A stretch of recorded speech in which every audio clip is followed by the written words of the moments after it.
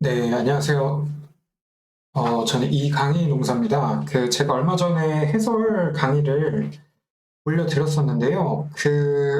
이제 녹용 1문에 제가 좀, 착각을 하고 해설을 좀 잘못한 것 같아서 지금 좀 다시 정정해서 좀 설명을 드리려고 합니다. 우선은 이 한계 대체율에 관련해서 좀 문제가 있었는데요. 실제 문제에서는 소비의 한계 대체율이 체감하냐, 체증하냐를 물어봤거든요. 그래서 그럴 때의 그래프가 어떻게 그려질 것이냐에 문제가 되었어요. 그래서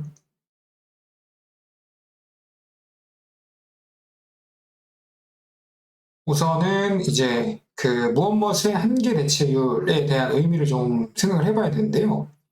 우선 무엇의 한계 대체율이라는 것은 이 의 앞에 있는 요 내용, 그러니까 요 재화의 한 단위에 따른 교환 비율이다라고 맥코넬 또는 보라스죠. 그리고 다른 유시경제학, 그러니까 김영삼 왕규호 이제 교수님의 저자 책에서도 그렇게 정의를 하고 있습니다.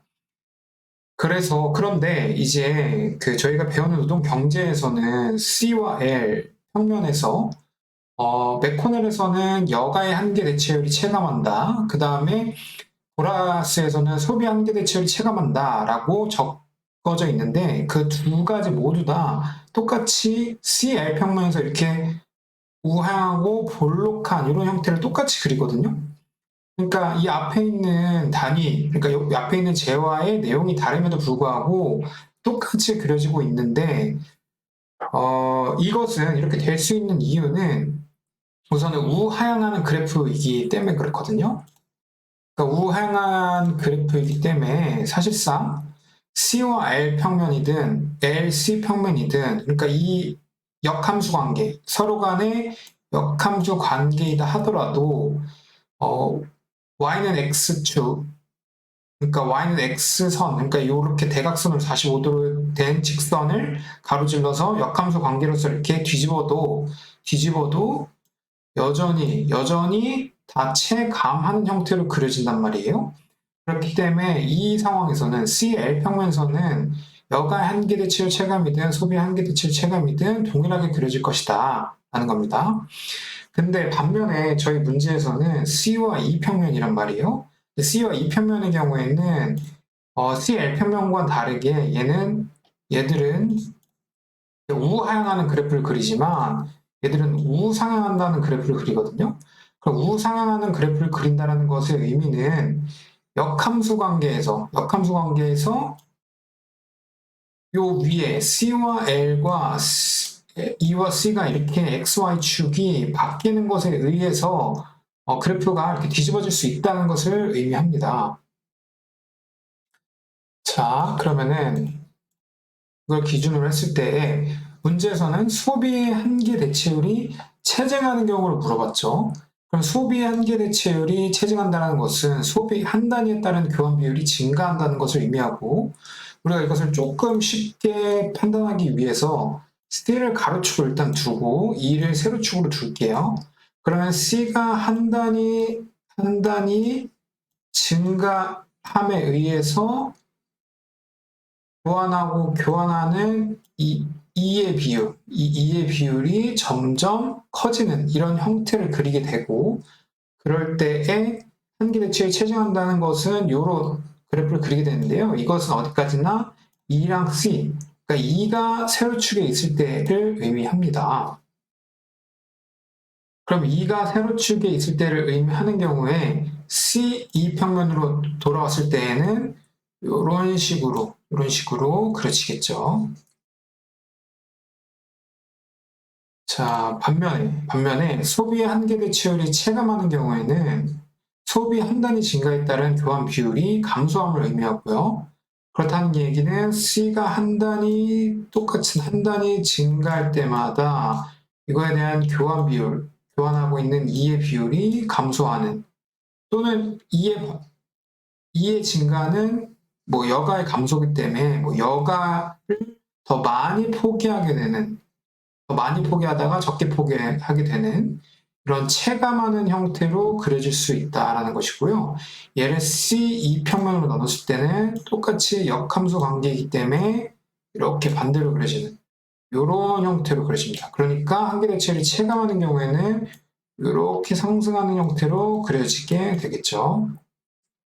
자, 이럴 때에는 사실 조금 문제 풀이가 어려울 수 있어요. 그래서 1-2문에 보면은 저희가 원래는 15시간이 총 가용 시간인 상태에서 12시간으로 규제화를 하는 거잖아요. 그럴 때 얘는 체감이 문제였죠. 체감하는 형태로 상태일 때 어떻게 해야 되냐라고 했을 때 C2 평면에서는 체감하는 형태가 이렇게 그려지게 되고, 그래서 최초에 만약에 효용을 극대화하는 근로자가 약 14시간 정도를 근로를 하면서 효용을 극대화하고 있다고 한다면 규제로 인해서 근로시간을 줄이고 모서리를 갖게 되는 거겠죠. 줄이고 효용이 이제 줄어드는 결과가 될 수 있겠다라고 결론 내릴 수 있고, 그다음에 이제 체증하는 경우 1-3문이죠. 체증하는 경우가 조금 이상한데요. 이상하다기보다는 물론 해석할 수도 있긴 하겠지만 일단은 8시간에서 지금 근로를 하고 있다고 했잖아요. 그럼 이 사람은 우선은 효용을 극대화하고 있지 않는다라고 가정해야 될 것 같아요. 그러니까 여기서 강제적으로 일을 하고 있던 거예요. 근데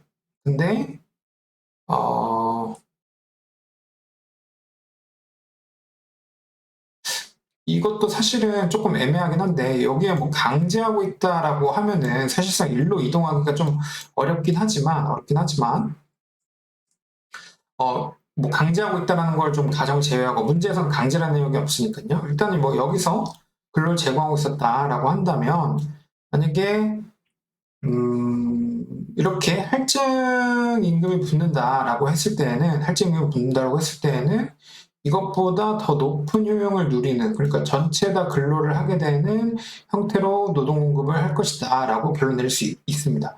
여기서 한 가지 문제는 이 사람이 애초에 8시간을 근로하고 있는 것 자체가 효용을 극대화하고 있는 근로자가 아니거든요. 합리적인 근로자가 아닌데, 일단 문제에서는 8시간이라고 규정해줬으니까 8시간이라고 하고, 할증임금이 붙었다. 할증임금이 붙지 않더라도 근로를 더하는 방식으로 선택을 하겠죠. 다만 할증임금이 붙었다라고 하니까 할증임금이 붙었을 때에는 15시간 모두를 근로하게 될 것이다 라고 결론 내릴 수 있겠습니다.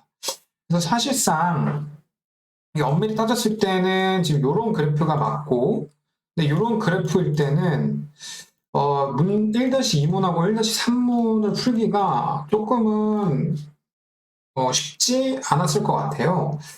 이제 그럼에도 불구하고 이제 소비의 한계 대체율이라는 것에 무엇의 한계 대체율이라는 것의 그 개념을 좀 정확히 제가 이제 저도 이렇게 역함수 우하향하는 경우에는 이 두 개 역함수가 거의 동일한 형태로 우하향하게 된다. 그러니까 체감하는 형태로 우하향하게 된다라는 이 내용을 좀 간과를 해서 이 부분을 이제 제대로 잡지 못했다라는 점을 일단 사죄드리고요. 그럼에도 불구하고 이제 저희가 앞으로는 다음 시험에도 어떻게 나올지 모르는 거잖아요. 그래서 정확한 개념을 확인하기 위해서 이렇게 설명을 드리는 게 맞다라고 생각이 들어서 이렇게 좀 정정 영상을 찍게 됐습니다. 사실 이게 정정이라고는 하지만 저도 그 출제자의 의도를 저도 100% 가늠하기가 좀 어려웠어요. 그냥 일반적으로 한계 대체율이라고 하면은 접선의 기울기를 의미하거든요. 그럼 접선의 기울기는 우리가 만약에 C2 평면이라고 했을 때 접선의 기울기가 체증한다라고 했을 때는 이렇게 그려질 수 있단 말이에요. 좀 단순하게 생각하면 그렇게 되거든요. 그거를 생각하신 것인지 아니면은 이렇게 디테일하게 이렇게 깊이 있게까지 우상향하는 그래프에서의 이런 역함수 관계가 어떻게 되고, 그 다음에 이것의 한계 대체율이 정확하게 무엇을 의미하는 것인지를 확인하고 싶으셨는지 여부는 출제자의 의도인 것 같은데요. 그 부분은 저도 이제 정확히 전달 드리는 게 좋다라고 생각이 돼서 다시 쓰게 되었습니다. 저는 감사드립니다.